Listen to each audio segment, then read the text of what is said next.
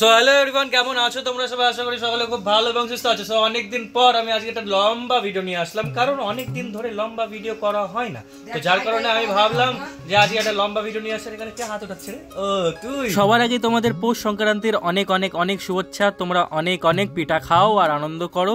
তো দেখতেই পাচ্ছ এখানে আমার মা চালের আটাটাকে কায়ে দিচ্ছে, ঠিক আছে? কায়ে দেওয়ার পরে মানে সেটা গরম জলের ভেতর ডুবিয়ে সেটাকে আটা মেখে তারপরে সেটার কুশলি পিঠা বানানো হবে, যেটাকে অনেকে পুলি পিঠাও বলে। আর আমার স্পেশালি এই ক্ষীরের যেই সব পিঠাগুলো থাকে ওগুলো খেতে খুব দারুণ লাগে। যেরকম ফর এক্সাম্পল পুলি পিঠা হয়ে গেল, তারপর পাটিসাপটা হয়ে গেল, তারপর বকুল পিঠা, এইসব। এই যেমনটা তোমরা দেখতে পাচ্ছ এখানে আলপন এঁকে, এখানে পুষাপুষি বলি এটাকে আমরা, তো এগুলোকে আঁকানো হয়েছে। অ্যান্ড সন্ধ্যাবেলায় এটাতে সবাইকে পিঠে খাওয়ানো হবে, তারপরে নিজেরা খাওয়া হবে।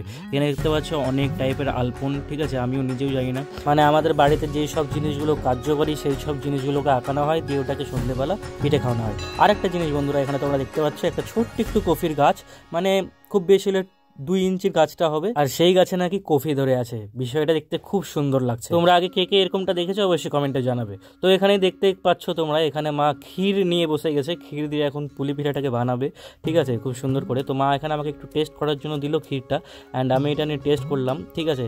আর ভাই খেতে খুব দারুণ লাগছিল, মানে সিরিয়াসলি দারুণ লাগছিল খেতে, মানে পুরো একদম মেল্ট হয়ে যাচ্ছিল মুখের ভেতরে। আর আমি ক্ষীর জিনিসটা খুব পছন্দ করি, সেটা তোমাদেরকে প্রথমেই বললাম। হচ্ছে এই যে ক্ষীর, এই যে রোল রোল করে, এটা কিন্তু চালের আটা হয়, ঠিক আছে? এটাকে গরম জলে এরকম কাই করা হয়, যেটা মানে সবাই তো জানোই সেটা।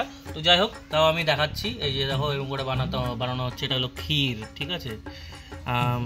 এখানে 1 কিলো দুধের ক্ষীর আছে, তাই না?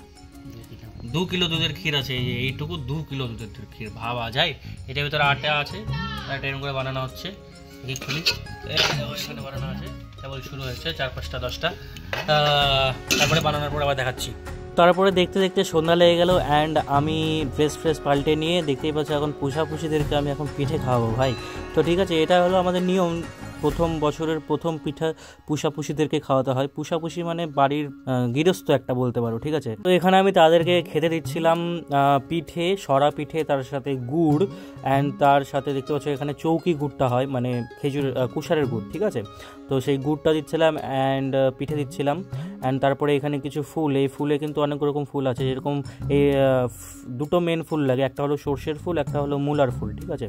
তো এই 2টা ফুল মেন, তো আমি সেই সব দিচ্ছিলাম। তো তোমরা দেখতেই পাচ্ছ এখানে। আর এই সিস্টেমটা আগে মানে কাদের বাড়িতে হয় অবশ্যই আমাকে কমেন্টে জানাবে।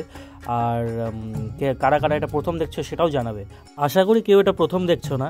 তো ভিডিওটা কেমন লাগছে এই পর্যন্ত অবশ্যই আমাকে কমেন্টে জানাও, ঠিক আছে?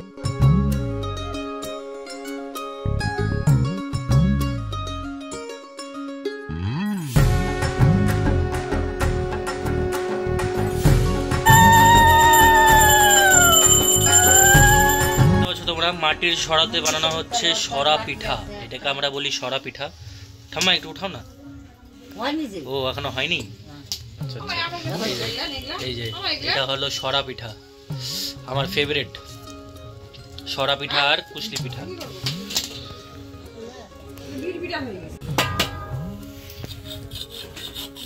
ও কি টেস্টি লাগছে, দারুন দারুন, নরম হয়ে গেছে।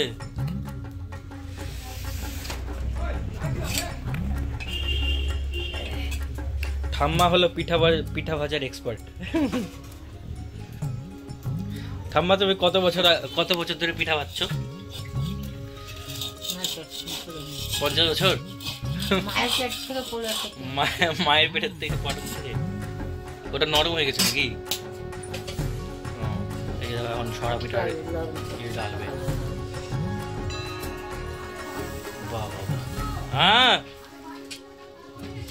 হ্যাঁ হ্যাঁ, আমি এখনো খাইনি কোথাও।